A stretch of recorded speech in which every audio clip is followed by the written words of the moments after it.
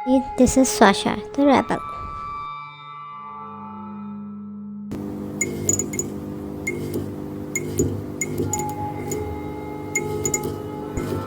आज दोबारा एक इंतहाई स्केरी और सस्पेंसफुल केस के साथ दोबारा हाजिर हैं।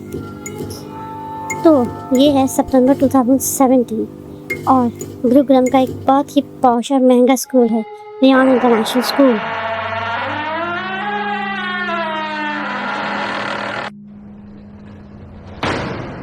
आम दिनों की तरह आज भी सुबह तकरीबन 8 बजे के टाइम पेरेंट्स अपने बच्चों को छोड़ने आते हैं और बच्चे हंसते हुए स्कूल चले जाते हैं। लेकिन फिर अगले 15 मिनट में स्कूल के अंदर कुछ ऐसा खौफनाक होता है जो कि पूरे के पूरे देश को हिला कर रख देगा।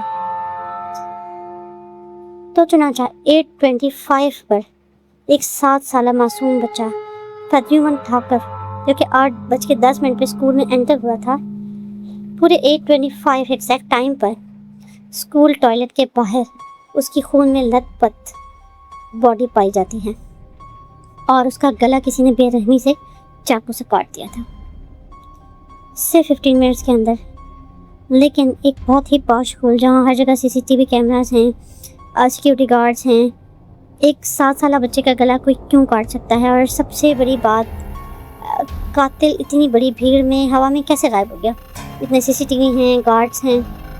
खैर, पुलिस को इतला दी जाती है, सीन पर पुलिस आती है और सिर्फ 12 घंटे के अंदर ही पुलिस ये कहती है कि उसने कातिल को पकड़ लिया है। कातिल पकड़ा जाता है। एक स्कूल के बस का कंडक्टर अशोक कुमार को अरेस्ट किया जाता है। पुलिस ये बयान दे रही है कि अशोक जो है वो टॉयलेट में बैठा हुआ था और वो किसी बच्चे का वेट कर रहा था।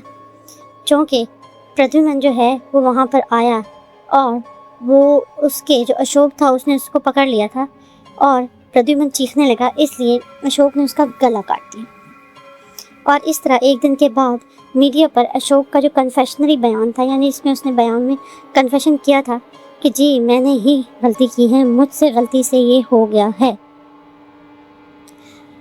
लेकिन कोई चीज़ थी जो कि लोगों को हजम नहीं हो रही थी।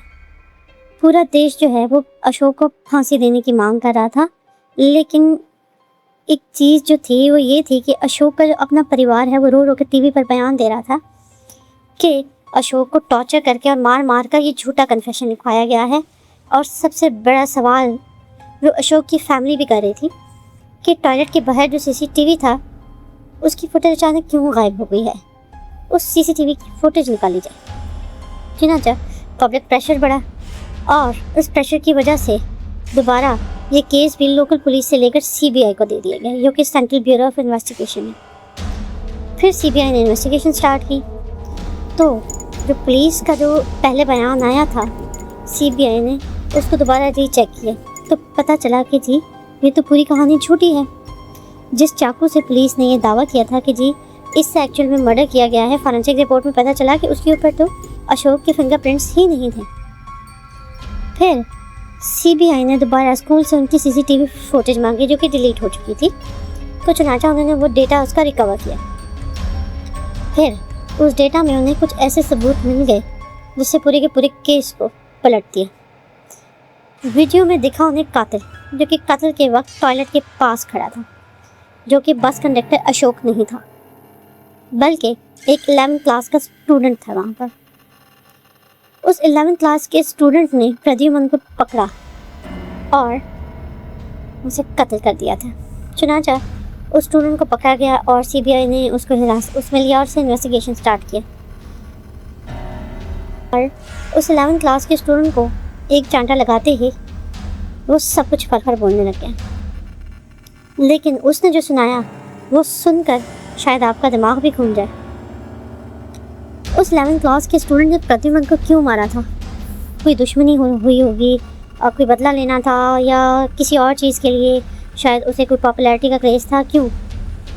तो जनाब 11th क्लास के स्टूडेंट हुई उसे सिर्फ इसलिए कत्ल किया क्योंकि वो चाहता था कि स्कूल में एग्ज़ाम्स पोस्टपोन हो जाएं और पीटीएम पेरेंट्स टीचर मीटिंग जो है वो कैंसिल हो जाए। जी हाँ, सिर्फ एग्ज़ाम से बचने के लिए उसने एक मासूम का गला काट दिया था ताकि स्कूल में छुट्टी हो जाए। उसने सोचा था कि पोश स्कूल है, मामला रफा दफा हो जाएगा या इल्ज़ाम किसी गरीब नौकर या कंडक्टर पर आ जाएगा और वो कुछ बच जाएगा। खैर, सीबीआई ने ना सिर्फ कंडक्टर को बेगुनाह साबित कर दिया, बल्कि उन्होंने ये सवाल भी उठाया कि क्यों गुरुग्राम की जो पुलिस है उसने गरीब कंडक्टर को फंसाने के लिए इतना बड़ा झूठ बोला, या शायद उस स्कूल के मालिकान जो ओनर्स थे बहुत इलाइट किस्म के, वो उनको बचाना चाहती थी पुलिस। ये केस आज भी इंडियन कोर्ट्स में चल रहा है, जिसमें वो जो 11th क्लास का स्टूडेंट है उसके ऊपर जो है वो बहुत ज़्यादा ये बहस चल रही है कि उसे एडल्ट मानकर ये केस में सज़ा दी जाए या जुवेनिल, यानी कि वो बच्चा समझकर उसे ये सज़ा दी जाए। खैर, उस 11th क्लास स्टूडेंट की जो भी कहानी है, लेकिन मासूम प्रद्युमन को बग़ैर किसी वजह के कत्ल कर दिया गया। आपको इस केस के बारे में क्या लगता है?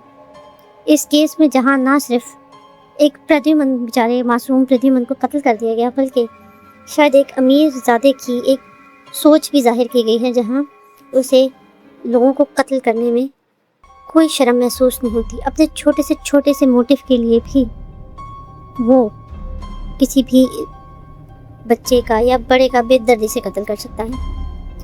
आपकी राय का हमें इंतज़ार रहेगा, और अपनी सजेशंस नेक्स्ट केस के लिए कमेंट्स में देना मत भूलिएगा। Thank you so much.